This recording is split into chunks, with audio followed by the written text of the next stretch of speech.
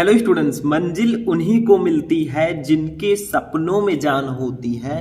पंखों से कुछ नहीं होता, हौसलों से उड़ान होती है। तो स्टूडेंट, आज का ये वीडियो क्लास 12 केमिस्ट्री का अब तक का सबसे इंपॉर्टेंट वीडियो है, क्योंकि इस वीडियो में हम स्टार्ट करेंगे क्लास 12 केमिस्ट्री के chapter wise most important questions को। आज के इस वीडियो में हम क्लास 12 केमिस्ट्री के विलयन चैप्टर के जितने भी महत्वपूर्ण प्रश्न हैं सबको एक ही वीडियो में पढ़ेंगे, यानी कि ये एक वन शॉट वीडियो है और आप कह सकते हैं कि बोर्ड एग्जाम के लिए ये एक रिवीजन क्लास है। हम जितने भी विलयन चैप्टर के महत्वपूर्ण प्रश्न हैं जो हमेशा बोर्ड एग्जाम में आते हैं, शॉर्ट से लेकर लॉन्ग तक, वो सारे क्वेश्चन हम इस वीडियो में कवर करेंगे। और सिर्फ इसी वीडियो में नहीं, आज हम पढ़ेंगे विलयन चैप्टर के महत्वपूर्ण प्रश्नों को। इसमें 8-10 टॉपिक ऐसे हैं जो बहुत ज्यादा इंपॉर्टेंट है, हर साल आते हैं, उनको इस वीडियो में पढ़ेंगे। ये रिवीजन क्लास है, ये एग्जाम टाइम का क्लास है। अगर इसको आपने मिस कर दिया तो समझ लीजिए आप अच्छा नंबर नहीं ला पाएंगे। अब कोचिंग की आवश्यकता नहीं, अब आप लोग ऑनलाइन अगर हमसे पढ़ते हैं चैप्टर वाइज सारे क्वेश्चन को, तो आपका केमिस्ट्री में बहुत आसानी से 95% आ जाएगा। ठीक है, लेकिन आपको पूरा चैप्टर ज्वाइन करना होगा। आज से हम स्टार्ट करने जा रहे हैं चैप्टर वाइज इंपॉर्टेंट टॉपिक्स या क्वेश्चन की पूरी सीरीज। ठीक है, मैंने आपको पहले ही बताया कि आज के इस वीडियो में हम पूरे चैप्टर के विलयन, पूरे चैप्टर के महत्वपूर्ण प्रश्नों को एक ही वीडियो में पढ़ेंगे। ठीक है, इससे बाहर कुछ नहीं आएगा। जितने टॉपिक हम इस वीडियो में पढ़ेंगे, ठीक है, टोटल 8 से 10 टॉपिक हैं या 8 से 10 प्रश्न हैं जो बार बार इस चैप्टर में आते हैं। ठीक है, तो ऐसे ही मैं चैप्टर वाइज सारे चैप्टर का क्वेश्चन आंसर बताऊंगा और इसमें आपको लघु उत्तरीय, विस्तृत उत्तरीय, जो भी क्वेश्चन है सारे क्वेश्चन मैं बताने वाला हूं। तो इस वीडियो को लाइक कर दीजिए, चैनल पर नए चैनल को सब्सक्राइब कर लीजिए, ताकि जो ये सीरीज है हमारी वो रेगुलर चलती रहे। ठीक है, तो देखिए स्टूडेंट, विलयन chapter full important question, one short video. ठीक है, रिवीजन क्लास आप इसको मान सकते हैं। तो चलिए आज के इस क्लास को हम स्टार्ट करते हैं। ठीक है, सबसे पहले हम अपने फर्स्ट टॉपिक को देखते हैं। तो देखिए स्टूडेंट, अगर आप विलयन चैप्टर पढ़ रहे हैं तो सबसे पहला इंपॉर्टेंट क्वेश्चन जो होता है वो हेनरी का नियम ही है। अगर आप इस चैप्टर को पढ़ रहे हैं तो हेनरी के नियम को जरूर पढ़ना है, क्योंकि ये आएगा ही आएगा या इससे रिलेटेड क्वेश्चन आएंगे। ठीक है, हेनरी का नियम पूछा जा सकता है। देखिए क्वेश्चन क्या है कि हेनरी का नियम, सीमाएं एवं अनुप्रयोग लिखिए। आपको पहले बताना है कि हेनरी का नियम है क्या, फिर उसकी सीमाएं बतानी है, आखिर इसकी लिमिटेशंस क्या है और इसके अनुप्रयोग क्या है। देखिए ये फर्स्ट क्वेश्चन है। अभी तो ये ट्रेलर है, पिक्चर अभी बाकी है मेरे दोस्त। बैठ जाइए कॉपी पेन लेकर, कहीं मत भटकिए। जो क्वेश्चन मैं आपको बताऊंगा वही आएंगे, आगे आगे मैं सारी चीजें बताऊंगा हर एक चैप्टर का। तो सबसे पहले हेनरी का नियम पढ़ते हैं, इसे इंग्लिश में हेनरीज लॉ कहते हैं। शायद आपको पता हो, किसको किसको पता है कमेंट करके बताइएगा। ये रिवीजन क्लास है, मैं बोल रहा हूं, आपको पता भी है तब भी देखना है। देखिए हेनरी के नियमानुसार स्थिर ताप पर किसी गैस की द्रव में विलेयता गैस के दाब के समानुपाती होती है। जैसे मान लीजिए, हम पूरा फुल फिगर समझाएंगे, ठीक है, ताकि आपको समझ में आए। वैसे पढ़ाने को तो हम पढ़ाकर चले जाएं, नहीं समझ में आए तो क्या होगा। देखिए ये आपका एक बर्तन है मान लीजिए, ठीक है, इसके अंदर द्रव भरा हुआ है। क्या है ये, जो है ये द्रव है। अब द्रव क्या हो सकता है, लिक्विड, ये आप ले सकते हैं द्रव। अब द्रव के जगह पर हम जल भी ले सकते हैं, जल। ठीक है, तो ये जल भरा हुआ है। अब देखिए इसमें मान लीजिए मैं कोई भी गैस घोलता हूं, ठीक है, ये मान लीजिए गैस आई, इसमें गैस के मॉलिक्यूल हैं, ठीक है, ये आए ऑक्सीजन। मान लीजिए ये क्या है, ये O2 है, इसका नाम हम दे देते हैं, ये आपका O2 है, ये जो गैस है। ठीक है, तो क्या कहा गया हेनरी के नियम में, देखिए स्थिर ताप पर किसी गैस की द्रव में विलेयता गैस के दाब के समानुपाती होती है। यानी कि आपने एक पात्र लिया, उसमें जल लिया, ऑक्सीजन आप इसमें घोल रहे हैं। अब देखिए इनका कहना है कि जितना ज्यादा प्रेशर लगाएंगे उतना ज्यादा ऑक्सीजन इसमें घुलेगा। यानी कि जो प्रेशर होता है वो गैस की द्रव में विलेयता के समानुपाती होता है। गैस की द्रव में विलेयता जो है वो गैस के दाब के समानुपाती होगी। जितना ज्यादा आप प्रेशर लगाएंगे उतना ज्यादा गैस इसमें घुलेगा। और ये रियलिटी भी है। विलेयता का मतलब होता है घुलना, ठीक है। तो क्या कहा गया था, स्थिर ताप पर किसी गैस की द्रव में विलेयता गैस के दाब के समानुपाती होती है। अभी देखिए इतने सारे मॉलिक्यूल इसमें घुले हैं, कुछ बाहर हैं। अब जैसे ही आप ऊपर से ऐसे प्रेशर लगाएंगे, ये जो ऑक्सीजन के मॉलिक्यूल है ये भी इसमें घुलेंगे, ठीक है। तो वही कहा गया है कि किसी गैस की इस द्रव में विलेयता गैस के दाब के समानुपाती होगी। जितना ज्यादा आप गैस पर दाब लगाएंगे उतना ज्यादा ये गैस इस द्रव में घुलेगी, ठीक है। अब मान लीजिए, चलिए हम लिखते हैं, ठीक है, क्योंकि ये सारे टॉपिक थ्योरी वाइज हैं। तो लिखिए यदि घुली हुई गैस की मात्रा, मान लीजिए जो ये गैस जो ऑक्सीजन है वो इस द्रव में घुली हुई है। मान लीजिए जो घुली हुई गैस की मात्रा है वो m है, ठीक है, m, तथा गैस का दाब, ठीक है, दाब ये जो है ये P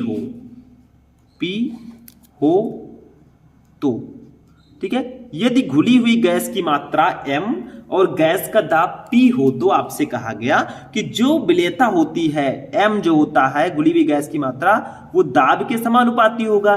जितना ज्यादा आप यहाँ पे दाब लगाएंगे, जितना ज्यादा प्रेशर लगाएंगे, उतना ज्यादा ये गैस इस द्रव में घुलेगा। यानी कि जो गैस की द्रव में विलेयता है वो इस दाब के समानुपाती होगा। तो ये जो गैस में द्रव की विलेयता है, ठीक है, गैस की जो मात्रा m है वो समानुपाती है P के, या अनुक्रमानुपाती है P के। जितना ज्यादा प्रेशर लगाएंगे उतनी ज्यादा घुलेगी गैस, ठीक है, किसमें, द्रव में। अब देखिए यहां पे इसको जब हम समानुपाती के चिन्ह को हटाएंगे, बराबर लगाएंगे, तो यहां पे एक स्थिरांक आएगा k, ठीक है, वो जुड़ जाएगा। तो ये हमारा फॉर्मूला हो जाएगा हेनरी के नियम का, m = kP, ठीक है। अब देखिए यहां पे ध्यान दीजिए थोड़ा सा। अब देखिए आप लोग कहेंगे सर यहाँ पे k क्या है, तो k जो है स्टूडेंट ये है समानुपाती स्थिरांक। ये क्या है, समानुपाती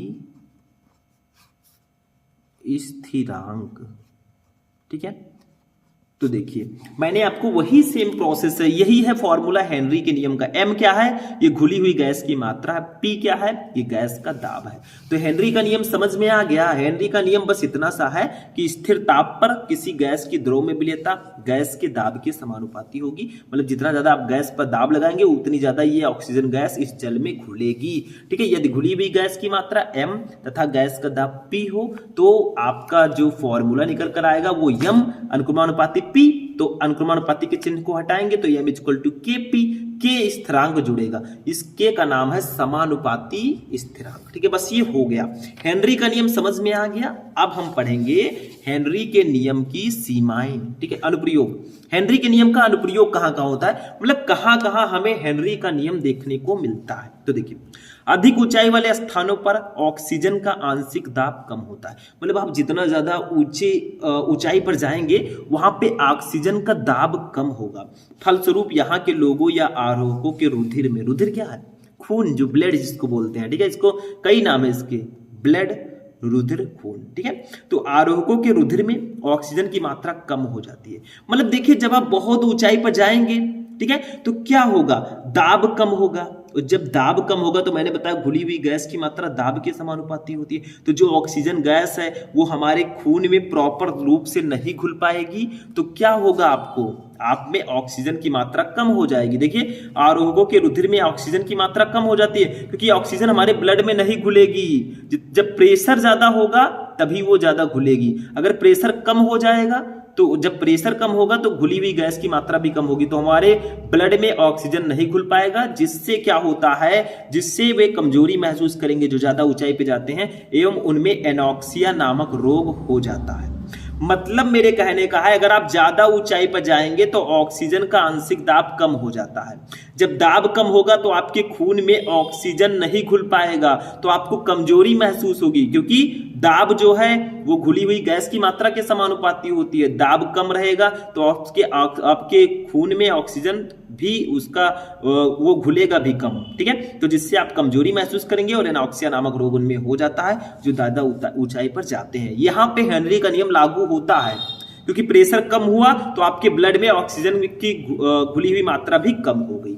दूसरा देखिए, शीतल पेय पदार्थ एवं सोडा वाटर में कार्बन डाइऑक्साइड की विलेयता बढ़ाने के लिए बोतलों को उच्च दाब पर बंद किया जाता है। यानी कि जिसको आप लोग ठंडा बोलते हैं, कोल्ड ड्रिंक, इसमें देखेंगे हम सोडा वाटर में कार्बन डाइऑक्साइड की विलेयता, CO2 की विलेयता उसमें बढ़ाने के लिए बोतलों को उच्च दाब पर बंद करेंगे, काफी प्रेशर करके बंद किया जाता है। आप देखेंगे अगर आप कोई स्प्राइट या थम्सअप की बोतल ले लें, किसी भी चीज का, मैं किसी का नाम नहीं लूंगा, तो उसको जब आप थोड़ा सा हिलाएंगे हाथ से, ठीक है, मतलब जल लेंगे, तो क्या होगा, उसको ढक्कन को जब अचानक खोलेंगे तो निकलेगा, ठीक है, क्या निकलेगा, मतलब फेना मॉडल, ठीक है, थोड़ा सा निकलेगा।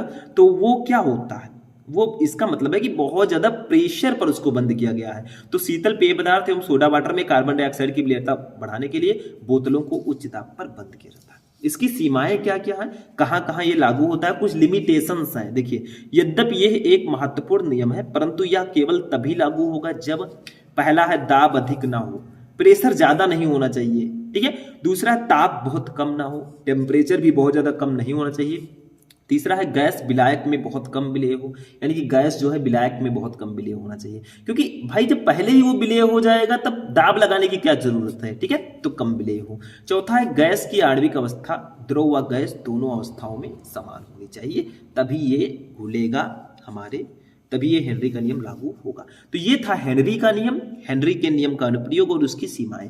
3 से 4 नंबर में ये क्वेश्चन आते हैं, अति लघुत्तरीय में भी आ सकता है, लघुत्तरीय में भी ये क्वेश्चन आता है, क्योंकि नियम भी बताना है, अनुप्रयोग भी बताना है और सीमाएं भी बतानी है। ये तो फर्स्ट टॉपिक था, मैंने बोला कि ये ट्रेलर है, पिक्चर अभी बाकी है। चलिए सेकंड टॉपिक देखते हैं। ऐसे 7-8 क्वेश्चन हैं, सबको पढ़ेंगे, भले ही क्लास बड़ी हो जाए, क्योंकि अब आपको ऐसी ही क्लासेस ज्वाइन करना है, ठीक है, भले ही लॉन्ग क्लासेस हो। चलिए दूसरा टॉपिक देखते हैं। अब देखिए स्टूडेंट, सेकंड टॉपिक हमारा क्या है, इसको ध्यान से समझिएगा। मोलरता से आप क्या समझते हैं। अब देखिए विलयन की सांद्रता ज्ञात करने की जो विधियां हैं, मोलरता, उसको हमें पढ़ना है। मोलरता, ठीक है, मोलरता, मोल प्रभाज, ये सारे बहुत इंपॉर्टेंट हैं। सिर्फ टॉपिक ही नहीं, इसके न्यूमेरिकल्स भी बहुत ज्यादा आते हैं। अगर आप लोग सर्च करेंगे class 12 chemistry chapter 2 numerical, chapter 1 numerical Shubham lecturer, आपको वीडियो मिल जाएगा, ठीक है। तो ये आपका मोलरता। चलिए देखते हैं क्या होता है मोलरता, ठीक है। तो पहले मोलरता के बारे में पढ़ते हैं, फिर इसके फॉर्मूले को पढ़ेंगे, बस आपको समझ में आ जाएगा। देखिए मोलरता, ठीक है, सेकेंड टॉपिक हमारा। मोलैरिटी इसको इंग्लिश में बोलते हैं। देखिए होता क्या है, ध्यान से समझिएगा। विलयन के प्रति लीटर में उपस्थित विलेय के मोलों की संख्या विलयन की मोलरता कहलाती है। शायद आपको पता होगा, बहुत सारे हमारे स्टूडेंट हैं जिनको पता होगा, उनको ये भी पता होगा कि जो हमारा विलयन है, जो सॉल्यूशन है, वो 2 चीजों से मिलकर बना होता है। इसके 2 घटक होते हैं। किसको नहीं पता, ये तो छोटे बच्चे भी जानते होंगे जो हमारे 12th में है। 12th में कोई बच्चा छोटा होगा नहीं, ठीक है। ये विलेय से बना होता है और प्लस विलायक, जैसे आप लोग शरबत पीते होंगे गर्मियों में, ठीक है, उसमें क्या क्या पड़ता है, मेनली मैं बोल रहा हूं भाई, पड़ता तो बहुत कुछ होगा। उसमें चीनी और पानी होता है। चीनी देखिए कम मात्रा में होता है, पानी ज्यादा मात्रा में होता है, ठीक है। तो जिसकी मात्रा विलयन में कम होगी वो विलेय होगा, जिसकी मात्रा ज्यादा होगी वो विलायक होगा। अगर चीनी ज्यादा कर दिया जाए, पानी कम कर दिया जाए, तो वो कहाँ शरबत बनेगा, नहीं बनेगा, ठीक है। तो चीनी की मात्रा कम होती है, जिसकी मात्रा विलयन में कम होगी विलेय, और जिसकी मात्रा ज्यादा विलायक। तो देखिए विलयन के प्रति लीटर में उपस्थित विलेय के मोलों की संख्या विलयन की मोलरता कहलाती है। अब मोलरता का फॉर्मूला क्या होगा ये जानिए। देखिए मोलरता, ठीक है, इसको हम लोग डिनोट करते हैं कैपिटल M से। इक्वल टू होता है, क्या कहा गया है, विलयन के प्रति लीटर में उपस्थित विलेय के मोलों की संख्या। तो देखिए यहां पे लिखेंगे विलेय के मोलों की संख्या, विलेय के मोलों की संख्या, ठीक है, अपान, ठीक है, किसमें उपस्थित, देखिए विलयन के प्रति लीटर में उपस्थित, तो विलयन का आयतन लीटर में, विलयन का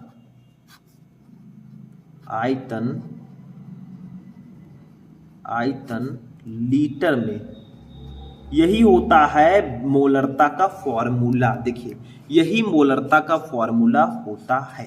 यानी कि विलयन के प्रति लीटर में उपस्थित विलेय के मोलों की संख्या विलयन की मोलरता कहलाती है, मोलरता। ठीक है, तो ये विलयन के प्रति लीटर में उपस्थित विलेय के मोलों की संख्या, इस तरह डेफिनेशन बनाइए। जो नीचे है उसको पहले लिखेंगे, विलयन के प्रति लीटर में उपस्थित विलयन के मोलों की संख्या विलयन की मोलरता कहलाती है। मतलब 1 लीटर में कितने मोल उपस्थित हैं उसी की संख्या विलयन की मोलरता कहलाती है। इसका एक और फॉर्मूला हम लिख सकते हैं, कैसे देखिए, विलेय के मोलों की संख्या का भी एक फॉर्मूला होता है, ये जानना जरूरी है, न्यूमेरिकल में काम आएगा। विलेय के मोलों की संख्या, अब आप लोग बताइए इसका फॉर्मूला क्या होता है। विलेय के मोलों की संख्या का फॉर्मूला होता है विलेय का भार, विलेय का भार अपान विलेय का अणुभार, विलेय का अणुभार, ये फॉर्मूला होता है। चाहे विलेय के मोलों की संख्या निकालनी हो तो विलेय का भार बटा विलेय का अणुभार, अगर आपको विलायक के मोलों की संख्या निकालनी है तो विलायक का भार बटा विलायक का अणुभार कर दीजिए, हो गया। ठीक है, तो ये हमारा फॉर्मूला निकल कर आ गया। अब इसी फॉर्म देखिए, ये वाला वैल्यू यहां पे रख देते हैं, विलेय के मोलों की संख्या की जगह पर ये रख देंगे तो हमारा एक और फॉर्मूला निकल कर आएगा। मैं डायरेक्टली बताऊंगा, देखिए अब मोलरता का एक और फॉर्मूला आएगा, मोलरता M = हमारा आ जाएगा। देखिए भैया, देखिए यहाँ पे आपका जो फॉर्मूला आएगा वो कैसे आएगा, इसको मैं सॉल्व कर दूं या फिर, या विलेय का भार, देखिए विलेय के मोलों की संख्या की जगह पर इसको रख देंगे। ठीक है, तो आपका कुछ इस प्रकार से आएगा, आप इधर उधर मल्टीप्लाई कर लीजिएगा, विलेय का भार अपान विलेय का अणुभार, ठीक है, इंटू 1 अपान विलयन का आयतन, विलयन का आयतन। ठीक है, ऐसे लिख देता हूं मैं, आप समझ जाइएगा, लीटर में, ये फॉर्मूला निकल कर हमारा आएगा। आप मल्टीप्लाई करके देख लेंगे। देखिए क्या करना है आपको, ध्यान से समझिए, 12th में वो छोटे बच्चे नहीं हो, जो मैं बोल रहा हूं उसको समझिए। देखिए ये आपका विलेय का भार बटा विलेय का अणुभार इस पर रख देना है। जब रखेंगे तो सबसे ऊपर का गुणा सबसे नीचे होगा और दूसरे का तीसरे, तो हमारा ये फॉर्मूला निकल कर आ जाएगा। ठीक है, तो ये हमारा हो गया मोलरता। ठीक है, समझ में आ गया। या इसको थोड़ा सा अगर मैं डिफाइन करना चाहूं तो चलिए मैं थोड़ा सा आपको बता देता हूं यहाँ पे। ठीक है, कुछ बच्चे नहीं समझ पाएंगे, तो देखिए मोलरता M, ठीक है, = देखिए इस वैल्यू को यहां पे रख देंगे। समझ में नहीं आया होगा तो मैं समझा दूं, क्योंकि आधा अधूरा ज्ञान मैं नहीं छोड़ता। विलेय के मोलों की संख्या पर रखेंगे विलेय का भार अपान विलेय का अणुभार, विलेय का अणुभार। ठीक है, अपान, देखिए इसकी जगह पर तो मैंने ये रख दिया। अब विलयन का आयतन लीटर में है तो यहां पे उसको लिख देंगे, विलयन का आयतन लीटर में।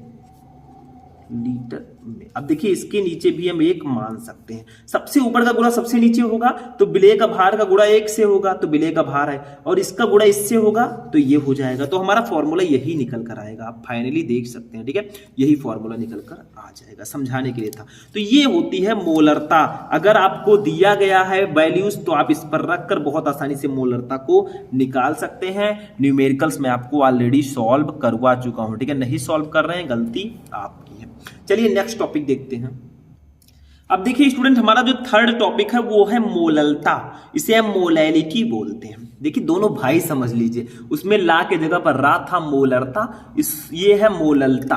ठीक है, मोलैलिटी। ये मोललता से क्या तात्पर्य है, मोललता क्या होता है, बहुत इंपॉर्टेंट ये सारे टॉपिक हैं, किसी को मिस नहीं करना है, सबको ध्यान से समझना है, क्योंकि जब तक तोड़ेंगे नहीं तब तक छोड़ेंगे नहीं, सबको देखेंगे। ये भी उसी तरह है, बस थोड़ा सा डिफरेंस है। देखिए क्या है मोललता, मोलैलिटी। देखिए किसी विलायक के 1 किलोग्राम यानी कि 1000 ग्राम में उपस्थित विलेय के मोलों की संख्या विलयन की मोललता कहलाती है। वहां पे विलयन के 1 लीटर में उपस्थित था, यहाँ पे 1 किलोग्राम है, बस लीटर के जगह पर किलोग्राम है, बाकी सब वही है और फॉर्मूला भी वही होगा। बस विलयन का आयतन जहां लीटर में था वहां पे विलायक का भार किलोग्राम में कर देंगे।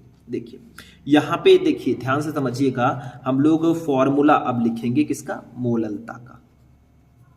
मोललता इसको हम लोग डिनोट करते हैं स्मॉल एम से, ये ध्यान रखिएगा। वो कैपिटल भैया थे, बड़े भैया ये छोटे भैया, ठीक है। बड़े मियाँ तो बड़े मियाँ, छोटे मियाँ सुभान अल्लाह।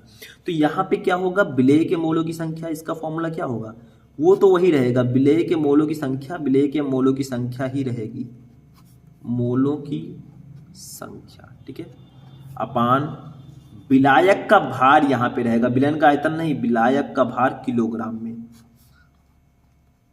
विलायक का भार किलोग्राम में। एक चीज और ध्यान दीजिएगा, मेरे कहने का मतलब क्या है, मान लीजिए अगर आपका भार दिया गया है ग्राम में, तो आप ऊपर 1000 से गुणा कर दीजिए। अगर मान लीजिए जो मैंने पहले मोलरता बताया, उसमें अगर आयतन मिलीलीटर में दिया गया तो ऊपर 1000 से गुणा कर देना, ये भी ध्यान रखिएगा। तो ये हमारा फॉर्मूला होगा मोललता का, ठीक है। अब हमें ये भी पता है विलेय के मोलों की संख्या क्या होती है, विलेय के मोलों की संख्या, ठीक है, इक्वल टू क्या होती है, वही फॉर्मूला में फिर से थोड़ा सा डिफरेंट है। इसका फॉर्मूला वही होता है, विलेय का भार बटा विलेय का अणुभार, विलेय का भार अपान विलेय का अणुभार, अणुभार हो गया। ये फॉर्मूला होता है विलेय के मोलों की संख्या का, इसको भी हाईलाइट कर देंगे। अब क्या करेंगे, इस विलेय के मोलों की संख्या पर इसको रख देंगे, तो हमारा मोललता का दूसरा फॉर्मूला आ जाएगा। देखिए मोललता, इसको हम लोग डिनोट करते हैं स्मॉल एम से। इसका सेकंड फॉर्मूला क्या होगा, अब देखिए वही प्रकार, उसी प्रकार से रहेगा, विलेय का भार, विलेय का भार अपान विलेय का अणुभार, विलेय का अणुभार, ठीक है, इंटू 1 अपान विलायक का भार, विलायक का भार किलोग्राम में, ठीक है। ये फॉर्मूला होगा, बस ये फॉर्मूला हो जाएगा। उसी तरह है, थोड़ा सा डिफरेंस है इसमें कि विलायक का भार है, वहां पे विलयन का आयतन था। तो ये मोललता का फॉर्मूला होगा कि किसी विलायक के 1 किलोग्राम यानी कि 1000 ग्राम में उपस्थित विलेय के मोलों की संख्या विलयन की मोललता कहलाती है। इसका फॉर्मूला होगा विलेय के मोलों की संख्या अपान विलायक का भार किलोग्राम में। अब दूसरा फॉर्मूला होगा मोललता का विलेय का भार बटा विलेय का अणुभार इंटू 1 अपान विलायक का भार किलोग्राम में। बस हो गया, ये था मोललता। चलिए अब नेक्स्ट टॉपिक देखते हैं जो बहुत इंपॉर्टेंट है, मोल प्रभाज। अब देखिए स्टूडेंट, हमारा जो नेक्स्ट टॉपिक है ये इतना ज्यादा इंपॉर्टेंट टॉपिक है कि मैं शब्दों में बयान नहीं कर सकता, बहुत इंपॉर्टेंट टॉपिक है। देखिए क्वेश्चन है कि मोल प्रभाज या मोल अंश से क्या तात्पर्य है। देखिए मोल प्रभाज और मोल अंश दोनों सेम ही होते हैं, चाहे मोल प्रभाज बोलिए चाहे मोल अंश बोलिए, दैट्स अ सेम, ठीक है। ये होता क्या है, चलिए इसको देखते हैं। चलिए स्टूडेंट देखते हैं मोल प्रभाज होता क्या है। देखिए मोल प्रभाज भी बहुत सिंपल सा है। हमें पता है कि विलयन में 2 घटक होते हैं, एक विलेय होता है और दूसरा विलायक होता है। इसे इंग्लिश में हम मोल फ्रैक्शन कहते हैं। मोल प्रभाज या मोल अंश को इंग्लिश में मोल फ्रैक्शन बोलते हैं। देखिए क्या है, ध्यान से समझो तभी समझ में आएगा। देखिए विलयन में उपस्थित किसी एक घटक, विलयन के 2 घटक होते हैं, विलेय और विलायक, तो किसी एक घटक या अवयव के मोलों की संख्या तथा विलेय एवं विलायक के कुल मोलों की संख्या के अनुपात को उस अवयव का मोल प्रभाज या मोल अंश कहते हैं। मतलब विलयन में उपस्थित किसी एक घटक के अवयव के मोलों की संख्या और विलेय और विलायक दोनों के मोलों की संख्या के अनुपात को ही उस अवयव का मोल प्रभाज या मोल अंश बोलते हैं। जैसे देखो मान लीजिए आपको विलेय का मोल प्रभाज निकालना है, तो ऊपर विलेय के मोलों की संख्या कर दीजिए बटे विलेय और विलायक दोनों की मोलों की संख्या कर दीजिए, ठीक है। उसी को हम मोल प्रभाज कहेंगे। समझ में आया? चलिए देखते हैं इसको मोल प्रभाज कैसे इसको सॉल्व करेंगे। देखिए विलेय का मोल प्रभाज मान लीजिए हमें निकालना है, विलेय का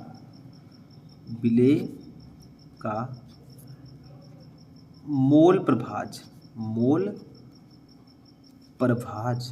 ठीक है, इक्वल टू, देखिए विलेय के मोल प्रभाज को हम लोग मान लेते हैं XA, ठीक है, इसको मान लेते हैं XA, ये विलय का मूल प्रभाज है। तो मैंने आपको बताया, ऊपर डेफिनेशन में भी बताया गया कि विलयन में उपस्थित किसी एक घटक के मोलों की संख्या, जैसे आपको विलय का मोल प्रभाज निकालना है तो आपको ऊपर विलय के मोलों की संख्या लिखना होगा, विलय के मोलों की संख्या, ठीक है, अपान नीचे आपको दोनों की मोलों की संख्या लिखना है, विलय का भी और विलायक का भी, अपान विलय के मोलों की संख्या मैं यहां से लिखता हूं ताकि आ जाए इसमें, विलय के मोलों की संख्या प्लस विलायक के मोलों की संख्या, विलायक के मोल, ठीक है, मोलों की संख्या आप लिख दीजिएगा साइड में, मोलों की संख्या।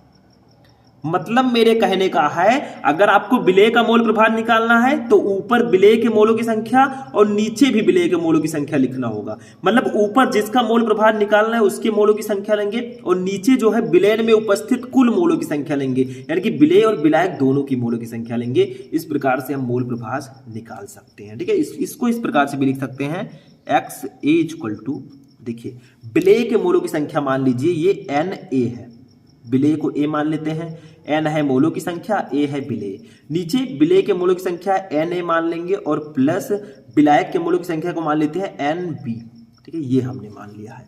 तो ये हमारा विलय का मोल प्रभाज हो गया, ठीक है। और एक चीज और याद रखिएगा, किसी विलयन में उपस्थित विलय का मोल प्रभाज और विलायक के मोल प्रभाज का जो योग होता है वो 1 के बराबर होता है। मतलब जब आप दोनों को ऐड करेंगे तो 1 ही आएगा, ठीक। तो समझ में आ गया कि अगर किसी अवयव का मोल प्रभाज निकालना है तो उसके मोलों की संख्या अपान विलय और विलायक दोनों की मोलों की संख्या, इसी के अनुपात को हम विलय का मोल प्रभाज कहेंगे। तो पहले डेफिनेशन समझ लो, अभी हम विलायक का भी मोल प्रभाज निकालेंगे। देखिए विलयन में उपस्थित किसी एक घटक या अवयव के मोलों की संख्या तथा विलय एवं विलायक के कुल मोलों की संख्या के अनुपात को ही उस अवयव का मोल प्रभाज या मोल अंश कहते हैं।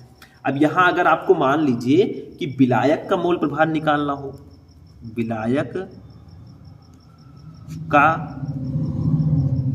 मोल प्रभाज मान लीजिए आपको निकालना हो बराबर, देखिए इसको मान लेते हैं XB, XA हमने माना था विलय के मोल प्रभाज को, इसको XB मान लेते हैं। तो क्या करेंगे, जिसका मोल प्रभाज निकालना है उसको ऊपर नीचे दोनों जगह लिखेंगे, तो विलायक के मोलों की संख्या अपान विलय और विलायक दोनों की मोलों की संख्या, देखिए लिख देता हूं मैं, विलय के मोलों की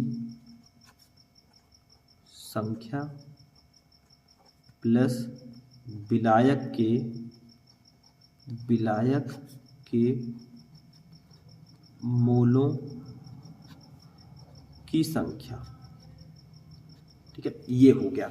अब भैया विलायक का मोल प्रभाज हमने माना है XV इक्वल टू हमारा क्या होगा, देखिए विलायक के मोलों की संख्या को NB लिखेंगे, N है मोलों की संख्या, विलय के मोलों की संख्या NA है और प्लस NB है विलायक के मोलों की संख्या, ये हमारा आ गया विलायक के मोलों की संख्या। तो इस प्रकार से तो आप मोल प्रभाज निकाल सकते हैं। अब अगर आप विलय का मोल प्रभाज और विलायक का मोल प्रभाज दोनों ऐड करें तो क्लियर है कि एक ही आएगा। अभी हम ऐड करके दिखाते हैं आपको, देखिए विलय का मोल प्रभाज आपका है XA, इसको लिख देंगे XA और प्लस XB, ठीक है। अब देखिए एक आता है कि नहीं आता है, अभी देखिए ना, ध्यान से समझना, तभी ये आपके समझ में आने वाला है। देखिए विलय का मोल प्रभाज और विलायक का मोल प्रभाज हमने ऐड कर दिया है। तो देखिए विलय का मोल प्रभाज है NA अपान NA प्लस NB, ये है, और विलायक का मोल प्रभाज देखिए नीचे NB अपान NA प्लस NB है, तो यहाँ पे कर देंगे NB अपान NA प्लस NB, ये है। अब देखो भैया जब हर बराबर है हमारे, देखिए NA प्लस NB यहाँ भी है, तो ऊपर वाले आपस में जुड़ जाएंगे, तो हमारा क्या होगा NA XA plus XB equal to आएगा, ये दोनों आ जाएंगे NA प्लस NB अपान हर बराबर है, ये भी हो जाएगा NA प्लस NB, दोनों सेम है भैया, कट कर देंगे, कितना आएगा, एक ही तो आएगा। तो मैंने बताया था किसी भी विलयन में उपस्थित विलेय का मोल प्रभाज और विलायक के मोल प्रभाज का जो योग है, देखिए योग का मतलब जोड़, वो 1 के ही बराबर होता है। और अगर आपको मान लीजिए, और एक चीज और याद रखिएगा, किसी भी अवयव का मोल प्रभाज 1 से कम ही होगा। और अगर मान लीजिए आपको यहां से x से निकालना है तो x इक्वल टू, यानी कि विलेय का मोल प्रभाज निकालना है तो 1 में से आप विलायक के मोल प्रभाज को घटा दीजिए। देखिए ये x भी इधर प्लस में, इधर आएगा तो माइनस में हो जाएगा, तो आप आसानी से निकाल सकते हैं। x भी निकालना है तो 1 माइनस x से हो जाएगा। तो ये याद रखिएगा, मेरा प्रूफ करने का मतलब ये था कि किसी भी विलयन में अवयवी घटक का जो मोल प्रभाज होता है वो 1 के बराबर होता है। तो ये आपका मोल प्रभाज हो गया। समझ में आ गया? आई होप कि समझ में आ चुका होगा कि विलयन में उपस्थित किसी एक घटक या अवयव के मोलों की संख्या तथा विलेय एवं विलायक के कुल मोलों की संख्या के अनुपात को उस अवयव का मोल प्रभाज कहते हैं। बस हो गया। ठीक, चलिए नेक्स्ट टॉपिक देखते हैं क्या है। अब देखिए स्टूडेंट, हमारा नेक्स्ट टॉपिक है अंश प्रति मिलियन। पीपीएम में सांद्रता आपने सुना होगा, पार्ट्स पर मिलियन, ये भी बहुत ज्यादा इंपॉर्टेंट है। पीपीएम में सांद्रता कैसे ज्ञात करते हैं? अंश प्रति मिलियन पीपीएम से क्या तात्पर्य है? ऐसे क्वेश्चन आता है, या विस्तृत उत्तरीय में भी ऐसे क्वेश्चन आते हैं। निम्नलिखित पर टिप्पणी कीजिए। मोलरता, मोललता, मोल प्रभाज, पीपीएम। तो आपको टिप्पणी करना है, 5 नंबर बिल्कुल मिल जाएगा। कई प्रकार से क्वेश्चन आते हैं। तो अंश प्रति मिलियन क्या होता है? सिंपल सा है, प्रति मिलियन, यानी कि यहां पे 10 लाख। देखिए ध्यान दीजिए, किसी विलयन के 1 मिलियन यानी कि 10 लाख, या इसी को 10 की पावर 6 लिख सकते हैं, ग्राम में उपस्थित विलेय की मात्रा विलयन की पीपीएम में सांद्रता कहलाती है। पार्ट्स पर मिलियन, देखिए 1 मिलियन 10 लाख के बराबर होता है। आपने पढ़ा होगा, 1 मिलियन अगर सब्सक्राइबर हो गए, बच्चे हो गए, तो 10 लाख बच्चे। ठीक है, तो किसी विलयन के 1 मिलियन यानी कि 10 लाख या 10 की पावर 6 ग्राम में उपस्थित विलेय की मात्रा को विलयन की पीपीएम में सांद्रता कहते हैं। इसका फॉर्मूला देखिए, पीपीएम में सांद्रता इक्वल टू फॉर्मूला जो आपका होगा वो होगा विलेय का द्रव्यमान, विलेय का भार आप बोल सकते हैं, विलेय का भार ग्राम में, ठीक है, अपान विलयन का द्रव्यमान, विलयन का भार कह सकते हैं, द्रव्यमान भी कह सकते हैं। ठीक है, द्रव्यमान ग्राम में इंटू गुणा किससे करेंगे? 10 लाख है तो 10 की पावर 6 से गुणा कर दीजिए। बस इसी फॉर्मूले से आप पीपीएम में सांद्रता निकाल सकते हैं। विलेय का भार ग्राम में अपान विलयन का भार ग्राम में, ठीक है, इंटू 10 की पावर 6।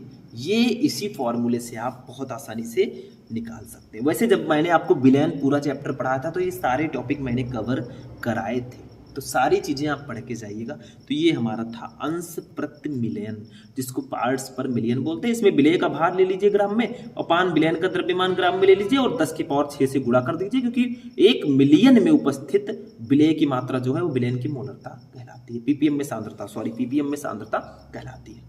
हो गया ये टॉपिक। चलिए नेक्स्ट टॉपिक देखते हैं, जो हमारे इस चैप्टर का बहुत इंपॉर्टेंट टॉपिक है। अब देखिए स्टूडेंट, हमारा जो नेक्स्ट टॉपिक है ये क्या है, इसको जानना बेहद ज्यादा जरूरी है। और ये जो है बहुत इंपॉर्टेंट नियम है, हेनरी के नियम से भी ज्यादा इंपॉर्टेंट है ये राउल्ट का नियम। मेरा एक्सपीरियंस कहता है कि राउल्ट का नियम बहुत ही इंपॉर्टेंट है। राउल्ट का नियम, इसे इंग्लिश में बोलते हैं राउल्ट्स लॉ। ये क्या है? ऐसे क्वेश्चन आता है, राउल्ट के नियम को परिभाषित कीजिए तथा उसकी सीमाएं लिखिए। ठीक है, definition of Raoult's law and limitations of Raoult's law. तो सबसे पहले राउल्ट का नियम हम समझते हैं, समझ लीजिए, सामने है, देखिए। राउल्ट के नियम के अनुसार किसी विलयन के वाष्प दाब का आपेक्षिक अवनमन विलेय पदार्थ के मोल प्रभाज के बराबर होता है। मतलब किसी विलयन के वाष्प दाब का जो आपेक्षिक अवनमन है वो विलेय पदार्थ के मोल प्रभाज के बराबर होगा। ठीक है, तो देखिए मान लीजिए कोई पदार्थ है, ठीक है, इसका फॉर्मूला होगा P minus PS upon P equal to, देखिए किसके बराबर होता है? मोल प्रभाज के। अब मोल प्रभाज का फॉर्मूला पता है, ये आपका हो गया विलेय के मोलों की संख्या अपान विलेय प्लस विलायक के मोलों की संख्या। ये, या इसी को Na अपान Na प्लस Nb हमने लिखा था, यहाँ पे N1 मैंने कर दिया है, विलेय के मोलों की संख्या को N1 और विलायक के N2। बस हो गया, ये फॉर्मूला हो गया हमारा राउल्ट के नियम का। ठीक है, समझ में आ गया। यहाँ पे P क्या है? P जो है ये विलायक का वाष्प दाब है P, और PS क्या है? ये विलयन का वाष्प दाब है। ठीक है। P है विलायक का वाष्प दाब और PS है विलयन का वाष्प दाब। N1 तो पता ही है, N1 तथा N2 ये विलेय के मोलों की संख्या और विलायक के मोलों की संख्या है, ठीक है। तो यहाँ पे मैं लिख देता हूँ, कोई चीज़ अधूरा नहीं छोड़ेंगे। ये हमारा P है, P जो है ये विलायक का वाष्प दाब है। क्या है? विलायक का वाष्प दाब, ठीक है। और जो PS है, PS ये विलयन का वाष्प दाब है, विलयन का वाष्प दाब। तो वही कहा गया है आपसे, देखो ध्यान से, किसी विलयन के वाष्प दाब का आपेक्षिक अवनमन जो है वो विलेय पदार्थ के मोल प्रभाज के बराबर होता है। ये मोल प्रभाज है, ठीक है, इसी के बराबर होता है। यहाँ पे P है विलायक का वाष्प दाब, PS है विलयन का वाष्प दाब और N1 क्या है? विलेय के मोलों की संख्या, N2 है विलायक के मोलों की संख्या। लिख लीजिएगा। तो किसी भी विलयन का वाष्प दाब का आपेक्षिक अवनमन विलेय के मोल प्रभाज के बराबर होता है। यही है राउल्ट का नियम, ठीक है। बस हो गया ये। N1 N2 आप जानते ही हैं, मैंने बताया। अब इसकी सीमाएं देखिए, राउल्ट के नियम की सीमाएं देखिए। देखिए सीमाएं में क्या है कि ये कहाँ कहाँ लागू होती है, इसकी लिमिटेशंस क्या है। देखिए सबसे पहला, राउल्ट का नियम तनु विलयनों पर लागू होता है। मतलब जो तनु विलयन होते हैं, तनु का मतलब क्या होगा? तनु का मतलब जो पतले विलयन होते हैं, जिनमें विलेय की मात्रा कम होती है, ठीक है। और सांद्र विलयन राउल्ट के नियम से विचलन प्रदर्शित करते हैं। सांद्र का मतलब जो गाढ़ा जिसको बोलते हैं। जैसे अभी आप लोग पानी ले लिए और चीनी ले लिए। अब पानी मान लीजिए आपने 1 लीटर लिया, चीनी थोड़ा सा डाला तो पतला रहेगा विलयन। अगर चीनी ज़्यादा डाल देंगे तो गाढ़ा नहीं हो जाएगा। तो पतले को हम तनु कह सकते हैं और गाढ़े को सांद्र। तो राउल्ट का नियम तनु विलयनों के लिए लागू होता है, ये सांद्र विलयनों पर लागू नहीं होता। दूसरा, यह नियम केवल अवाष्पशील पदार्थों के विलयनों पर लागू होता है। ये नियम उसी विलयन पर लागू होगा जो अवाष्पशील पदार्थ जिनमें होंगे। तीसरा देखिए, विद्युत अपघट्यों के विलयनों पर राउल्ट का नियम लागू नहीं होता। जो विद्युत अपघट्य होते हैं, इलेक्ट्रोलाइट्स होते हैं, उस पर राउल्ट का नियम लागू नहीं होता। चौथा देखिए, जो पदार्थ विलयनों से संगुणित हो जाते हैं विलयनों में, उन पदार्थों के विलयन में भी राउल्ट का नियम नहीं लागू होता, वो उसका पालन नहीं करते हैं, ठीक है। तो ये राउल्ट के नियम की सीमाएं हैं। इन सारी चीजों में राउल्ट का नियम नहीं लगता है, ठीक है। चलिए आगे बढ़ते हैं। अब हम देखेंगे नेक्स्ट टॉपिक जो बहुत इंपॉर्टेंट है। अब देखिए स्टूडेंट, जो हमारा नेक्स्ट टॉपिक है ये विलयन का अणुसंख्य गुणधर्म है। क्वथनांक के उन्नयन से आप क्या समझते हैं? क्वथनांक का उन्नयन क्या होता है? What is elevation in boiling point? उन्नयन का मतलब क्या होता है? बढ़ना, ठीक है। उन्नयन, अवनमन का मतलब होता है घटना। तो क्वथनांक के उन्नयन से आप क्या समझते हैं? बहुत इंपॉर्टेंट क्वेश्चन है। इससे रिलेटेड न्यूमेरिकल तो आना ही है, जो मैं अभी फॉर्मूला बताऊंगा उससे रिलेटेड न्यूमेरिकल तो आएगा ही आएगा, और क्वथनांक का उन्नयन भी डायरेक्टली पूछ लिया जाता है। देखिए क्वथनांक का उन्नयन, एलिवेशन इन बॉइलिंग पॉइंट। देखिए क्या है, किसी शुद्ध विलायक में अवाष्पशील विलेय को घोलने पर विलयन का वाष्प दाब कम हो जाता है, जिसके कारण विलयन का क्वथनांक बढ़ जाता है। अगर मान लीजिए आप लोग की कोई विलायक लेते हैं और उसमें अवाष्पशील विलेय घोलते हैं जिसमें वाष्प ना हो, तो विलयन का वाष्प दाब कम हो जाएगा और विलयन का क्वथनांक बढ़ जाएगा, ठीक है, बॉइलिंग पॉइंट। अब किसी विलायक के क्वथनांक में उत्पन्न इसी वृद्धि को विलायक के क्वथनांक में उन्नयन कहा जाता है। मतलब किसी विलायक के क्वथनांक में जो वृद्धि होती है उसी को विलायक के क्वथनांक में उन्नयन कहते हैं, और इसको डेल्टा टीबी से प्रदर्शित करते हैं। मतलब जब आप किसी विलायक में अवाष्पशील पदार्थ डालेंगे तो उसका वाष्प दाब कम हो जाएगा और उसका क्वथनांक बढ़ जाएगा। मतलब उसको गर्म करने के लिए और ज्यादा हीट देना पड़ेगा।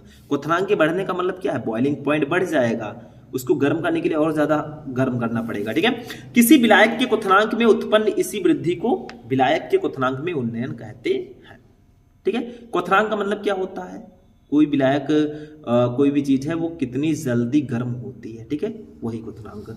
तो इसे डेल्टा टीबी से प्रदर्शित करते हैं। इसका फॉर्मूला मैं डायरेक्टली बता देता हूं, आपसे एग्जाम में आता है। Delta T B equal to formula होता है 1000 into KB into small w upon capital W into capital M।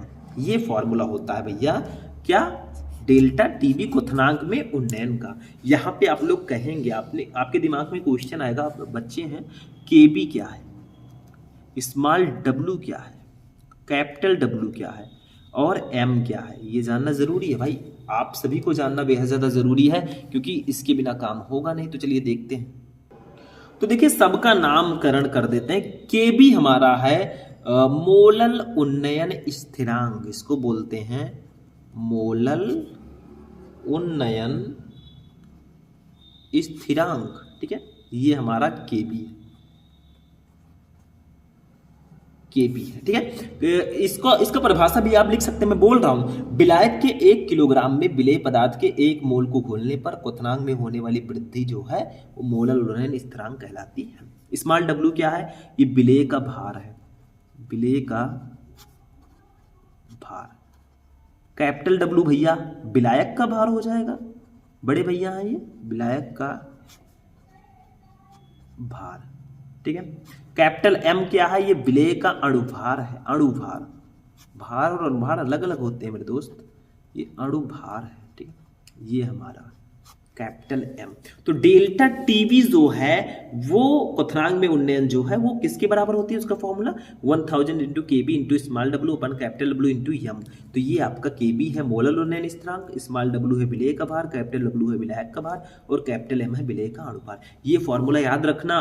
विलेय का भार भी आपसे पूछा जा सकता है, डेल्टा टीवी भी पूछा जा सकता है, तो फॉर्मूला याद रहेगा, काम हो जाएगा। तो समझ में आया कि किसी विलायक के क्वथनांक में जो उत्पन्न वृद्धि है उसी को क्वथनांक में उन्नयन कहते हैं। मतलब क्वथनांक में बढ़ोतरी, क्वथनांक बढ़ेगा तो क्वथनांक में उन्नयन हो गया, बस हो गया, कुछ नहीं है इसमें, सिंपल सा है। चलिए नेक्स्ट टॉपिक देखते हैं, बहुत इंपॉर्टेंट टॉपिक ये भी है। अब देखिए स्टूडेंट, हमारा नेक्स्ट क्वेश्चन है कि हिमांक में अवनमन से क्या तात्पर्य है। देखिए ये भी विलायन का अणुसंख्य गुणधर्म है, जैसे क्वथनांक में उन्नयन था वैसे हिमांक में अवनमन भी है। तो देखिए ध्यान से समझिएगा, बहुत इंपॉर्टेंट क्वेश्चन है। हिमांक में अवनमन, अवनमन का मतलब होता है कमी। हिमांक क्या है? कोई भी द्रव कितने टेम्परेचर पर वो बर्फ में बदल जाता है, ठीक है। Depression in freezing point, freeze कितनी जल्दी वो होता है, कितनी जल्दी बर्फ में बदलता है। जैसे क्वथनांक का मतलब था कोई चीज कितनी जल्दी गर्म होती है, वो उसका क्वथनांक होगा, ठीक है। तो जब किसी विलेय पदार्थ को किसी विलायक में घोला जाता है तो विलायक का हिमांक कम हो जाता है। हिमांक में उत्पन्न इस कमी को हिमांक में अवनमन कहते हैं। मतलब क्वथनांक का बढ़ना क्वथनांक में उन्नयन होगा और हिमांक में कमी आना हिमांक का अवनमन होगा, बस हो गया। जब किसी विलेय पदार्थ को किसी विलायक में घोला जाता है तो विलायक का हिमांक कम हो जाता है, हिमांक में उत्पन्न इस कमी को हिमांक में अवनमन कहते हैं। इसे डेल्टा टीएफ से प्रदर्शित करते हैं और इनका भी फॉर्मूला होता है। जैसे उसका फॉर्मूला था, देखिए डेल्टा टीएफ इक्वल टू हमारा फॉर्मूला होता है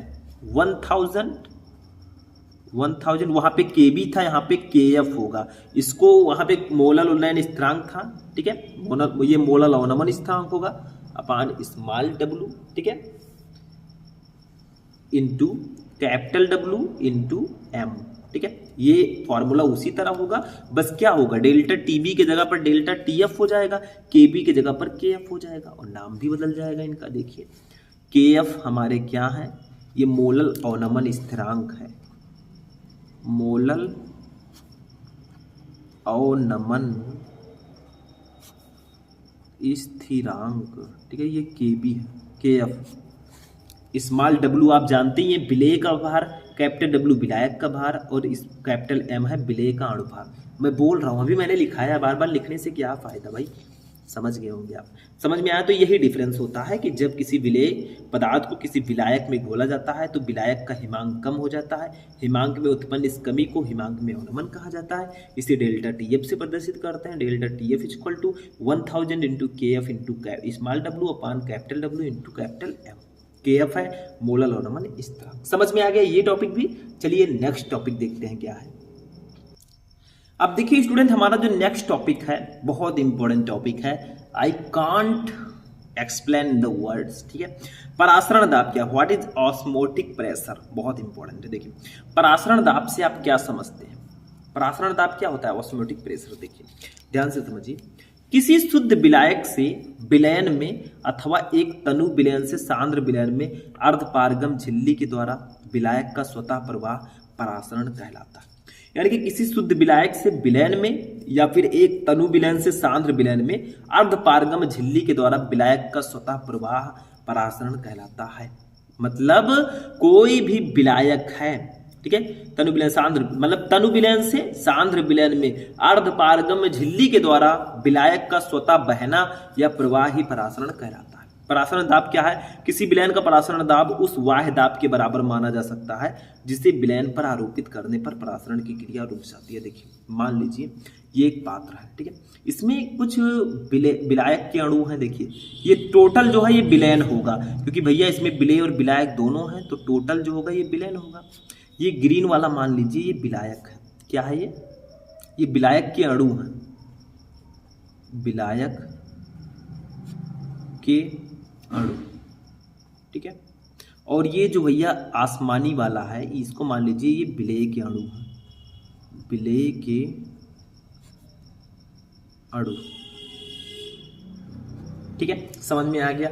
ये बीच में ये जो है ये अर्ध पारगम्य झिल्ली है, ये देखिए अर्ध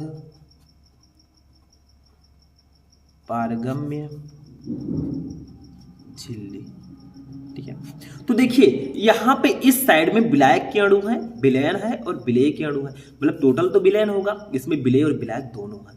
अब देखिए क्या है, अर्ध पारगम्य झिल्ली के द्वारा विलायक के अणु का स्वतः प्रवाह, देखिए इधर से ये इधर आगे विलायक, ठीक है, ये स्वतः प्रवाह होना ही ये परासरण कहलाता है। देखिए ऊपर मैंने क्या लिखा है, किसी शुद्ध विलायक से विलयन में अथवा एक तनु विलयन से सांद्र विलयन में अर्ध पारगम्य झिल्ली के द्वारा विलायक का स्वतः प्रवाह परासरण कहलाता है। तो देखिए विलायक है, ये विलायक यहाँ से प्रवाहित होकर अर्ध पारगम्य झिल्ली के द्वारा इस विलयन में आएगा, तो इसे परासरण बोलेंगे। या फिर देखिए विलायक है तो ये तनु विलयन होगा, क्योंकि इसमें विलेय है नहीं, तो ये विलयन तनु होगा। जितनी ज्यादा विलेय की मात्रा होगी उतनी ज्यादा विलयन सांद्र होगा, ठीक है। तो इसमें विलेय है नहीं, तो इस तनु विलयन से इस सांद्र विलयन की ओर विलायक के अणुओं का प्रवाह ही क्या होता है, परासरण कहलाता है। और परासरण विलयन का परासरण दाब वह वाह्य दाब होता है जिसे विलयन पर आरोपित करने पर परासरण की क्रिया रुक जाती है, ठीक है। मतलब परासरण दाब आप लगाएंगे तो परासरण की क्रिया रुक जाएगी। तो ये समझ में आ गया कि किसी शुद्ध विलायक से विलयन में अथवा एक तनु विलयन से सांद्र विलयन में अर्ध पारगम्य झिल्ली के द्वारा विलायक का स्वतः प्रवाह परासरण कहलाता है। मतलब ये शुद्ध विलायक जो है ये अर्ध पारगम्य झिल्ली के द्वारा इस विलयन में आए, इसी प्रवाह को हम परासरण कहेंगे। या फिर इस तनु विलयन से इस सांद्र विलयन में विलायक के अणु का स्वतः प्रवाह ही परासरण कहलाता है, ठीक है। अब यहाँ पे एक फॉर्मूला आपको जानना जरूरी है, देखिए समझ में आना चाहिए आपको। देखो परासरण दाब को किससे प्रदर्शित करते हैं, परासरण दाब को P से कह सकते हैं, P या पाई से भी प्रदर्शित करते हैं, P या पाई से प्रदर्शित करते हैं, मतलब परासरण दाब को हम लोग पाई से प्रदर्शित करते हैं, ठीक है। तो देखिए यहाँ पे हमारा फॉर्मूला क्या हो जाएगा, ध्यान से समझना क्योंकि ये सारी चीजें बहुत ज्यादा इंपॉर्टेंट है। देखिए मान लीजिए P जो है परासरण दाब, ये किसके अनुपाती होता है, ये सांद्रता के अनुपाती होता है। C है सांद्रता, इसके ये अनुपाती होगा, इसको मान लेंगे समीकरण नंबर 1। अब P जो है ये टेम्परेचर के भी अनुपाती होता है, किसके, ताप के, T ये ताप है, इसके भी अनुपाती होता है परासरण दाब, ये दूसरा हो गया, ठीक है। अब समीकरण 1 व 2 से देखिए फॉर्मूला क्या निकल कर आएगा। एक फॉर्मूला बहुत फेमस है, आप लोग जानते होंगे शायद। समीकरण 1 व 2 से एक फॉर्मूला निकल कर आएगा, उसको मैं बताता हूँ। देखिए जब आप इस अनुपाती को चिन्ह को हटाएंगे तो यहाँ पे एक नियतांक जुड़ेगा, ठीक है। उस नियतांक को हम लोग R बोलते हैं, ये विलयन स्थिरांक है, ठीक है। ये आपका हो जाएगा R। और देखिए जब इन दोनों को पहले आप मिला दीजिए, देखिए ध्यान से, पहले थोड़ा सा आपको समझना है, इसको मैं कट करता हूँ, यहाँ पे ऐसे नहीं करना है आपको। P जो है, देखिए P जो है ये C के भी समानुपाती है, P जो है वो ताप के भी समानुपाती है, तो दोनों के समानुपाती है, तो P समानुपाती CT हम लिख सकते हैं, CT, ठीक है। अब देखिए अब समानुपाती के चिन्ह को हटाएंगे तब P इक्वल टू हमारा हो जाएगा, देखिए जब आप इसको हटाएंगे समानुपाती को तो R जुड़ जाएगा, RCT ये हो जाएगा, ठीक है। क्या हो जाएगा, RCT, ठीक है। अब देखिए C जो होता है हमारा, चूंकि देखिए ये तो आपका आ गया परासरण दाब, ठीक है, लेकिन जो यहाँ पे C होता है, चूंकि C इक्वल टू N/V के बराबर ये होता है। N क्या है, देखिए यहाँ पे मैं बता देता हूँ, देखिए P है परासरण दाब, ठीक है। R क्या है, R है विलयन स्थिरांक, जो मैंने कांस्टेंट लिया। C क्या है, ये सांद्रता है, T है टेम्परेचर। अब देखिए चूंकि C इक्वल टू N/V होता है, N क्या है यहाँ पे मोलों की संख्या, V क्या है आयतन, यानी कि प्रति लीटर आयतन में मोलों की संख्या, ठीक है, इसके बराबर होता है ये। तो अब हम C के जगह पर N/V रखेंगे, तब ये फॉर्मूला देखिए कुछ इस प्रकार से आएगा। P इक्वल टू देखिए R हो गया आपका, C के जगह पर N/V लिखेंगे, इंटू T के जगह पर T ही रहेगा, ठीक है। अब देखिए इसको हम क्या कर सकते हैं, इस P को हम, इस V को हम इधर ले जाएंगे, तो PV इक्वल टू हमारा हो जाएगा, देखिए N R और T NRT, आपने सुना होगा PV इक्वल टू NRT, ठीक है, ये फॉर्मूला आपका निकल कर आ जाएगा। अब देखिए P इक्वल टू हमारा क्या है, ये है परासरण दाब। मैं बता देता हूं सबका संकेतों का अर्थ, ये परासरण दाब है, ठीक है। V क्या है, V जानना जरूरी है, ये आयतन है, आयतन लीटर में आप ले सकते हैं, लीटर में, ठीक है। उसके बाद में ये T क्या है भैया, T तो ताप है, सबको पता है, बताना जरूरी है, आप लोगों को पता होना चाहिए, ठीक है। N क्या है, N है मोलों की संख्या, मोलों की संख्या, ठीक है। उसके बाद में R क्या है, R है हमारा विलयन स्थिरांक, विलयन स्थिरांक, ठीक है। और C क्या है, C हमने ऊपर देखे यहाँ पे देखा था, C हमारे में आया था, तो C को भी लिख देता हूं, किसी को नहीं छोड़ेंगे, ठीक है। C हमारा है, C इक्वल टू सांद्रता, क्या है ये सांद्रता, तो ये हमारा हो जाएगा परासरण दाब का फॉर्मूला हमारा ये निकल कर आया, PV इक्वल टू NRT। हमने ऐसे आपको बता दिया ताकि अच्छे से समझ में आ जाए, भाई समझ में आना चाहिए। तो यही होता है परासरण दाब और परासरण की क्रिया, ठीक है, समझ में आ गया। तो यही आज का हमारा लास्ट टॉपिक था। तो स्टूडेंट ये था आपका क्लास 12 केमिस्ट्री के चैप्टर 2 विलयन के जो 9 सबसे इंपॉर्टेंट क्वेश्चन आंसर थे, वो मैंने आपको बता दिया। इससे बाहर नहीं आने वाला, सिर्फ न्यूमेरिकल आप अलग से लगा लीजिएगा, बाकी जो टॉपिक्स आते हैं वो इसी में से आएंगे, ठीक है। तो आज की क्लास कैसी लगी, इस वीडियो को लाइक कीजिएगा, चैनल पर नए चैनल को सब्सक्राइब कर लीजिएगा। 1 घंटे की ये क्लास थी, कितना ज़्यादा मैं मेहनत करता हूँ, ऐसे ही आप लोग करिए, टॉपर बनिए और आप नाम रोशन कीजिए हमारा, अपनी कोचिंग का, अपने माता पिता का, ठीक है।